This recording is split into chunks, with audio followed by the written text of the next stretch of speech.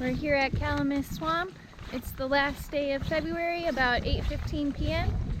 We're on the trail walking toward the wetlands.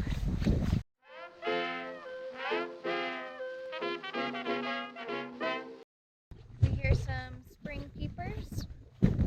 There is just a slight bit of ice left.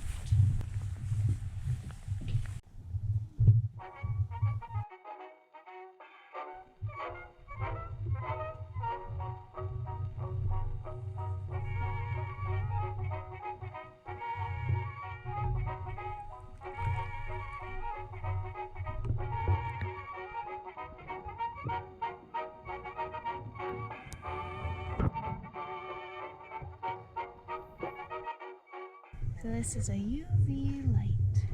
You can hardly see through the water. Yeah. I'm not sure if it's picking up the purple, but that's really cool to see. Wild?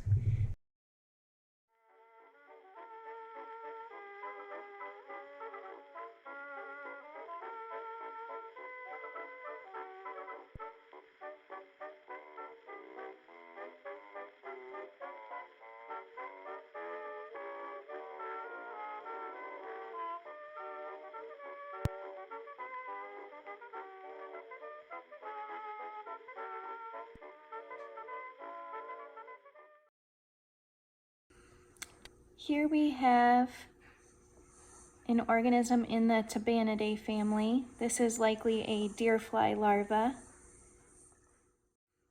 And it has an off-white, cream-colored, and brown striping along each segment of its body.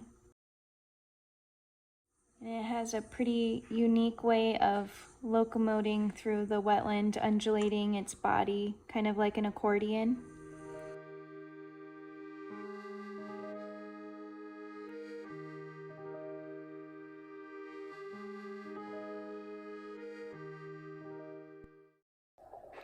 The fairy shrimp were very abundant and seemed to be attracted to the light.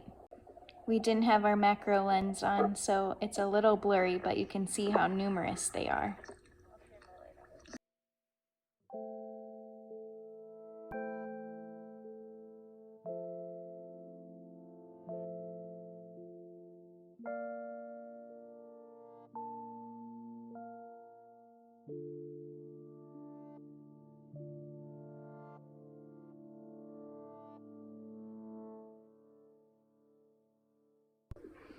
Here is a giant water bug crawling on a stick underwater. These are hemipterans, and it's within the family Belostomatidae. And these breathe air, but they can stay underwater for long periods of time by tucking an air bubble underneath their wings in their abdomen, and then they slowly absorb the oxygen from that. They can stay underwater for over 5 minutes at a time. And you can see some of the fairy shrimp swimming all around in the foreground and background.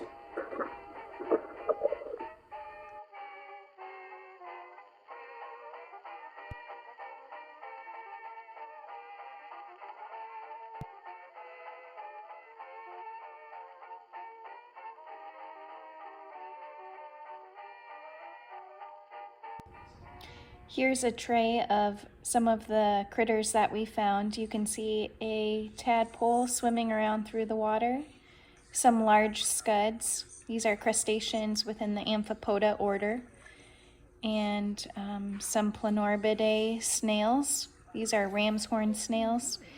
And in the top here, you can even see a dragonfly nymph.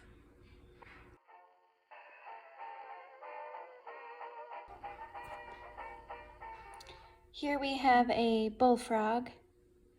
Bullfrogs can be distinguished from green frogs by the lack of a lateral fold down the body.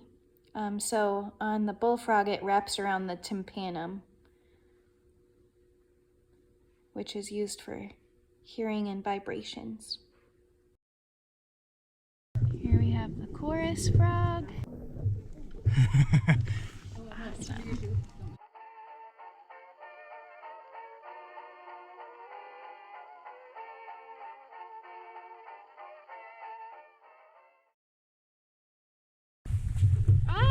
Nice one.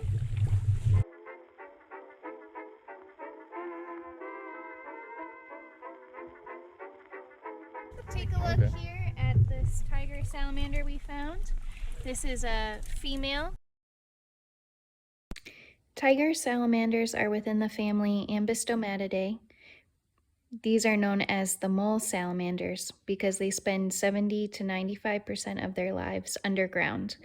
They come to the vernal pool to breed at night, often during the first rain following the thaw of snow. The female will release an average of 200 eggs within a thick, firm, jelly-like mass, which is often attached to sticks or leaves in the water, often in secretive locations. What'd you find, Lindsay? Looks like we've got a tiger salamander.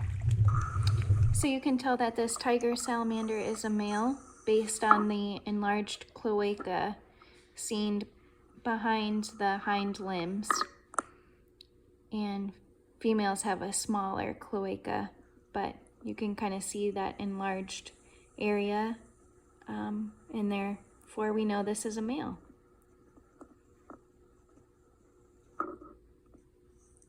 And they meet with females to breed.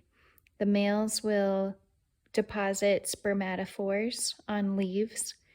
They will court the females with a term called dancing, in which they display and wag their tail and swim around the females. The females will then pick up the spermatophores and fertilize eggs and lay them in clusters. We didn't see any spermatophores or eggs today, but we'll check next time. And we heard hearsay that yesterday there weren't any salamanders observed, so it could be that they're just coming to the vernal pool tonight.